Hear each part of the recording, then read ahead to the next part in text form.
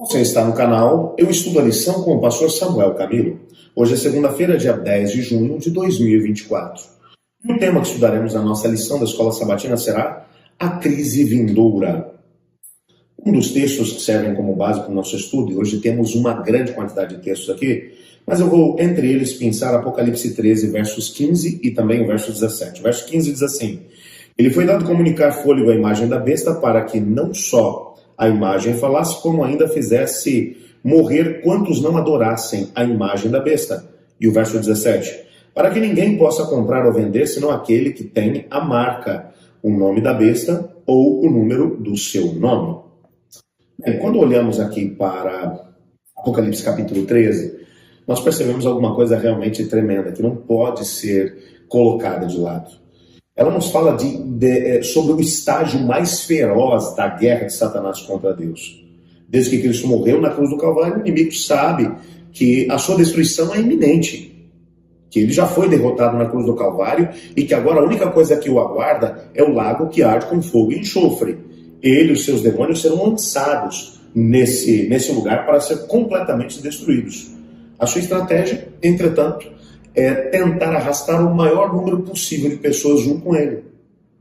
E é claro que ele utiliza o engano para isso. Mas isso não é nenhuma novidade no contexto bíblico.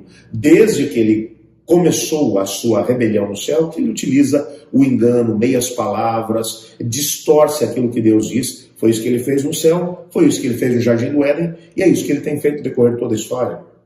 Mas quando a estratégia e o engano não funcionam, ele usa a coerção, ele usa a força, ele usa a perseguição. Isso também não é novidade nenhuma.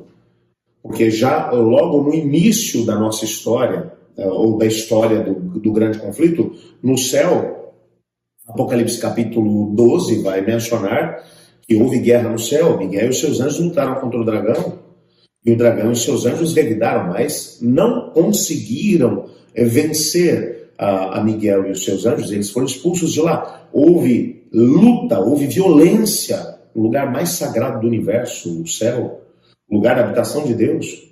Quando ele veio para cá, para a terra, conseguiu enredar Adão e Eva, mas o mesmo Espírito se viu naqueles que tomaram a decisão de poder fazer parte da rebelião.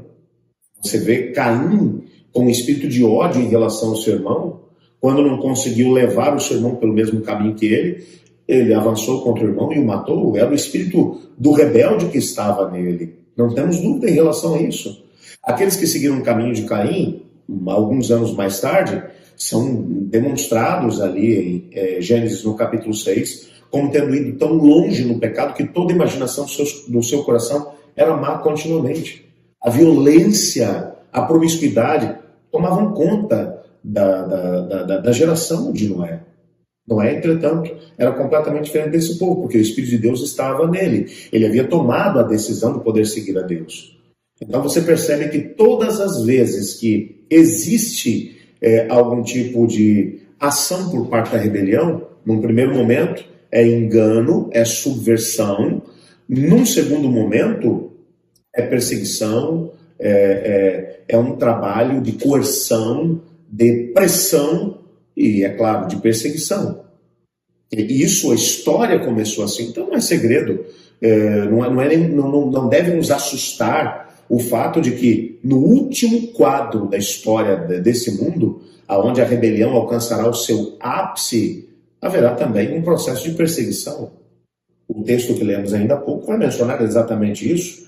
Apocalipse 13, versos 15 e também 17, verso 15, ele foi dado comunicar fôlego à imagem da besta para que não só a imagem falasse, como ainda fizesse morrer quantos não adorassem a imagem da besta.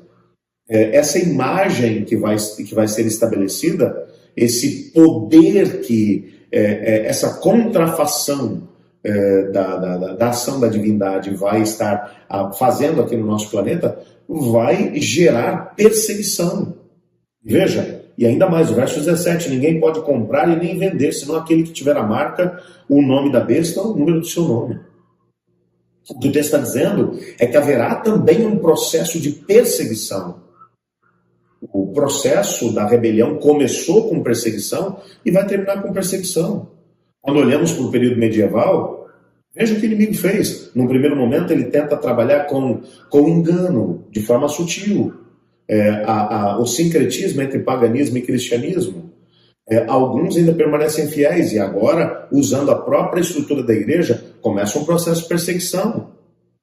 Se você olhar para aquilo que foi a Santa Inquisição, onde as pessoas eram torturadas para poderem deixar de adorar a Deus, ser fiéis a Deus. Pense a respeito disso. Quantos dos fiéis seguidores de Deus foram martirizados? Estudamos sobre isso quando vimos sobre os valdenses, os huguenotes, entre outros. Povos que foram perseguidos por simplesmente serem fiéis a Deus e dedicarem a sua adoração a Deus. O inimigo, ele trabalha da mesma forma. Nessa altura ele tem trabalhado com engano, com erro, distorcendo as palavras do Senhor. Mas aquilo que a Bíblia deixa claro é que haverá, sim, um processo de perseguição. Veja, Mark Finley diz aqui: a fim de preparar os professos cristãos para receber a marca da besta, quando o teste final chegar, o diabo encoraja-os a fazer concessões. Isso hoje em dia.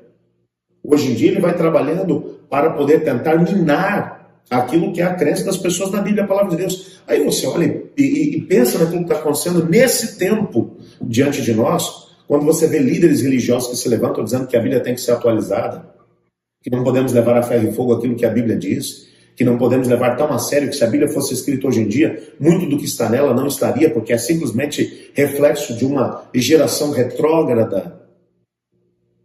O inimigo tentando lançar descrédito sobre a Bíblia, a palavra de Deus. Aí ele continua dizendo: quando parece que o mundo inteiro segue a besta, Apocalipse 13, verso 3, de repente a cena muda. A câmera profética se afasta daqueles que estão adorando a besta e se foca naqueles que são fiéis. E aí Apocalipse 14, 12 diz: aqui está a perseverança dos santos, os que guardam os mandamentos de Deus e têm fé em Jesus. Então, ao mesmo tempo que tem um grupo que está longe do assim diz o Senhor, tem um grupo que ainda é fiel, mesmo diante da perseguição e até morte. Por isso, a grande questão que se coloca hoje para nós é: aonde está centrada a nossa adoração hoje? Está focada em Deus e sua palavra? Ou a gente tem também sido daquele tipo que acha que a gente não precisa levar tão a sério aquilo que a Bíblia diz? Baseado naquilo que é a nossa postura hoje, será a nossa postura amanhã, quando houver algum tipo de situação.